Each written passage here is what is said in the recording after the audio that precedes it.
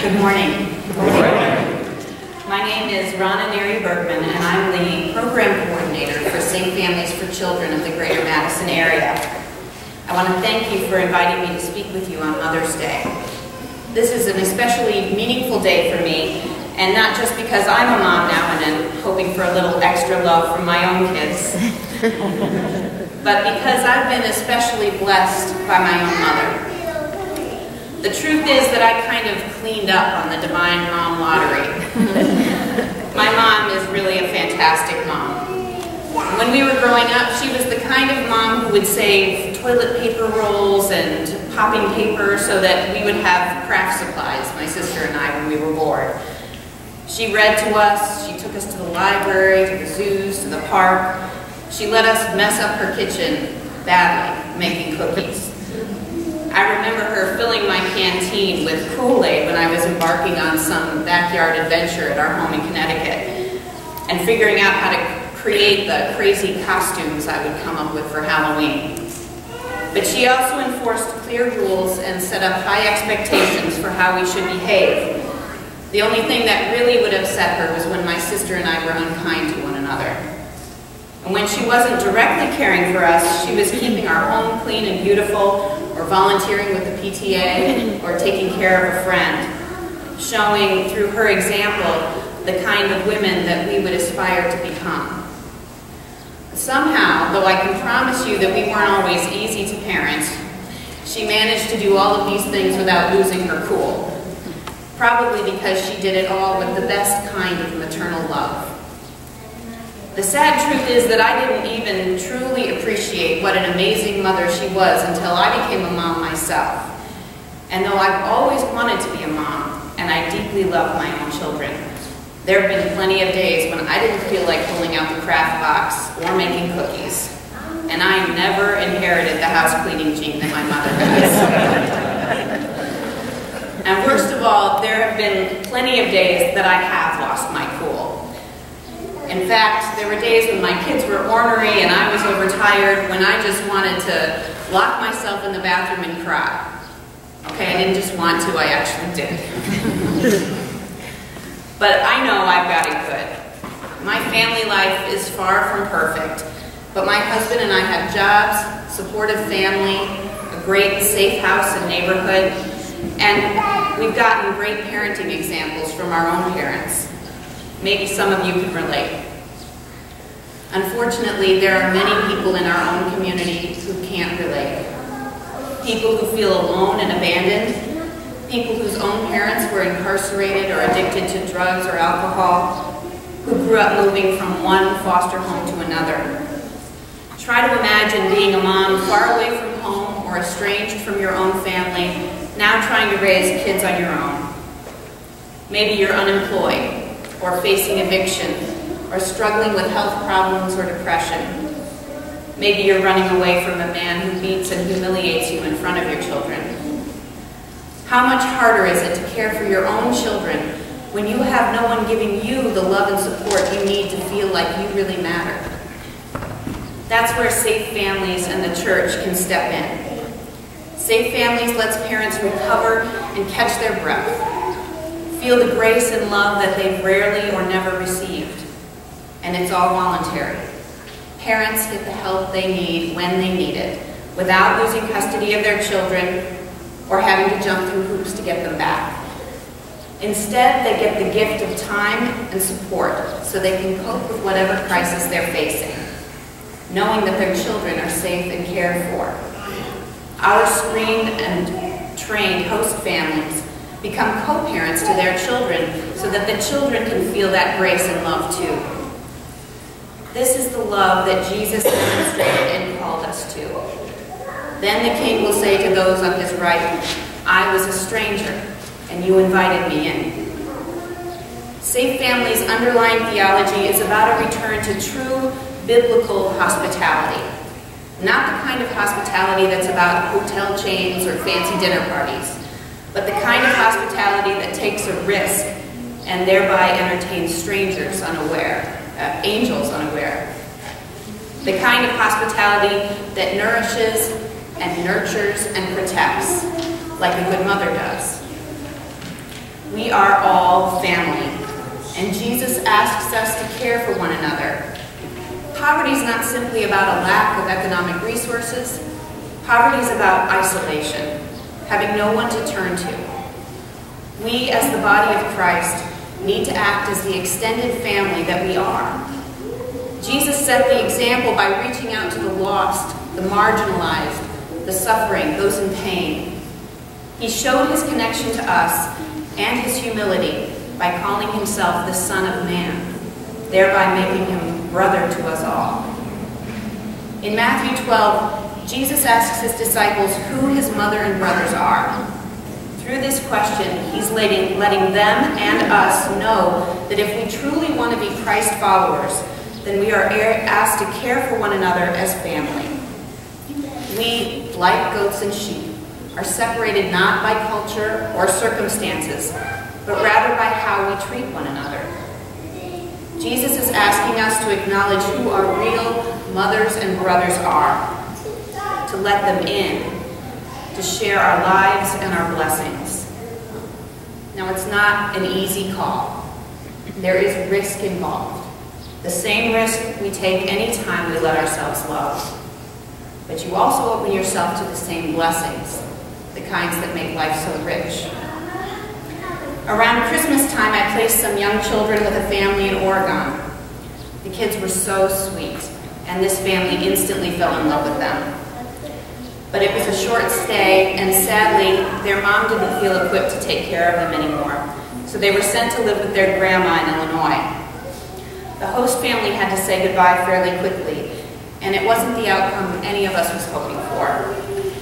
I was concerned that the host family might feel wounded, might need time before being ready to host again. But when I asked when they thought they might be ready, the mom said, "Right now, we can't wait to do this again." Host families nearly always say they feel like they get more from these placements than they give, even when it's challenging. This is a rare opportunity to do really healing mission work with the whole family. Everyone from kids to grandparents can participate. Now, I know that not everyone is equipped or called to be a host family. But the beauty of Safe Families is that it's a ministry that the whole church family can be a part of. After all, it was once the church's role to help widows and orphans.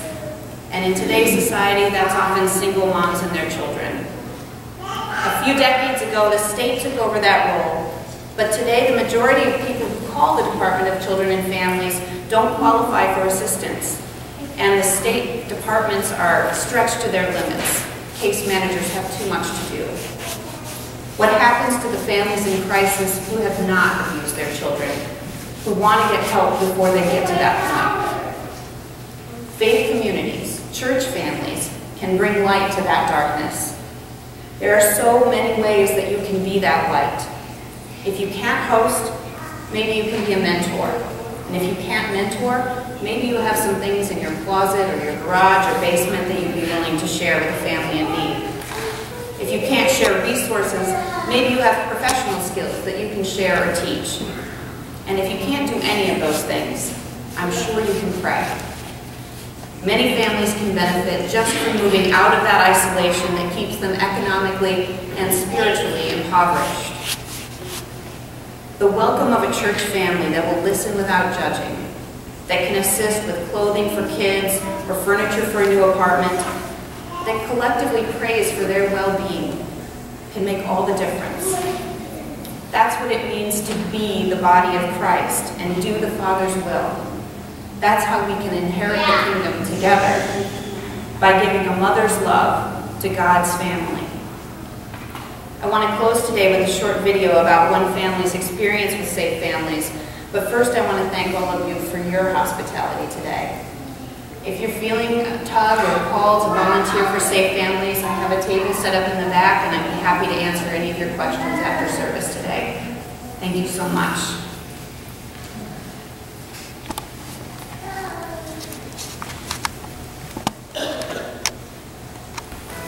Hi, my name is Clarissa. I grew up in the foster system because my mother was a drug addict.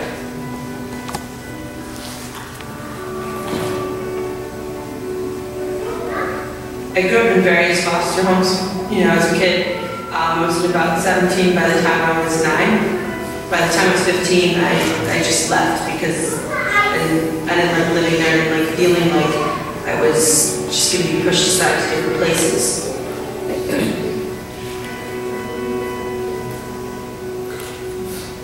In 2008, I was sent to jail for about a week.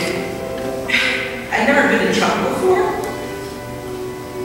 And when it happened, it was just like, I was just recently divorced and trying to get a job and trying to take care of my kids, and it kind of started this spiral of emotional chaos. It was pretty dramatic.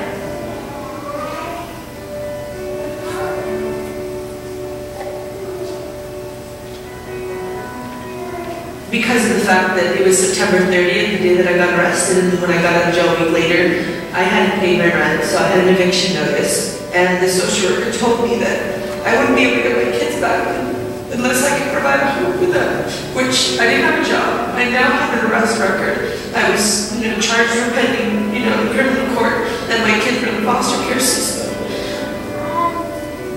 There wasn't enough, antidepressant drugs to help me back that at all.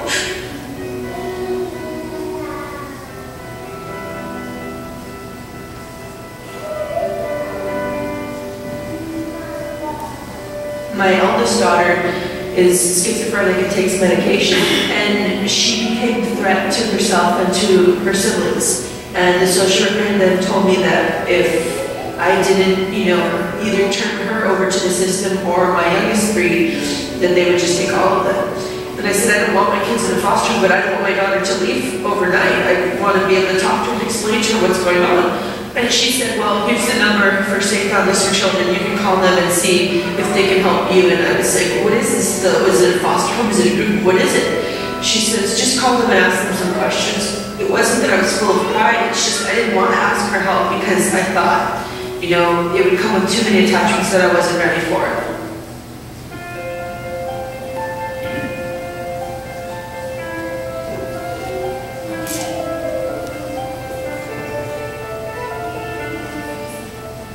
When she first came and dropped off Noah, we met in a central meeting place. We allowed Noah to play a little bit with our children, and he had talked to me about the different things that were going on, and introducing Clarissa to myself, introducing us, and that Noah was going to be coming and staying with us for a little while until Clarissa was able to regroup and get her family back on her feet.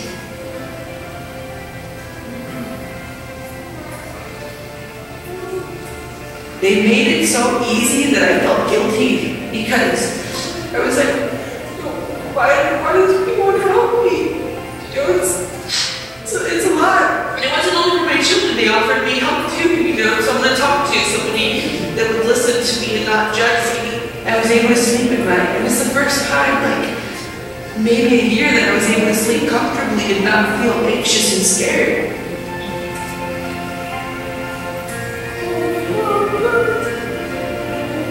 First and foremost commandment is love the Lord your God with all your heart, with all your soul, and with all your might.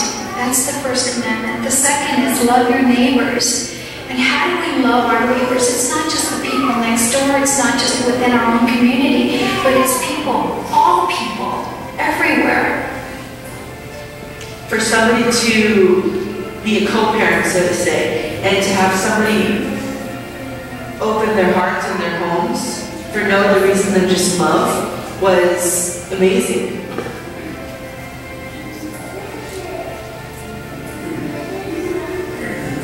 I would encourage anyone to be a host for Safe Families for Children. It is one of the most rewarding, one of the most blessed things that you can do. To be able to come alongside these families who are in crisis, who need someone, and simply just to love on them, and that's showing the love of Jesus Christ to them. To all the people who contribute to Safe Families for Children, who donate their money, time, open their homes and their hearts, it's beyond just the simple word of gratitude. It's beyond just love. It's so much more, especially for people like me who don't have that. there's no better way to express my gratitude to you. And so if that's something you're considering, I would really pray about it and contact one of the administrators and ask them, how can you get started in this program? But do it today, because they need you. Thank you, Safe Families for Children. You kept my family together.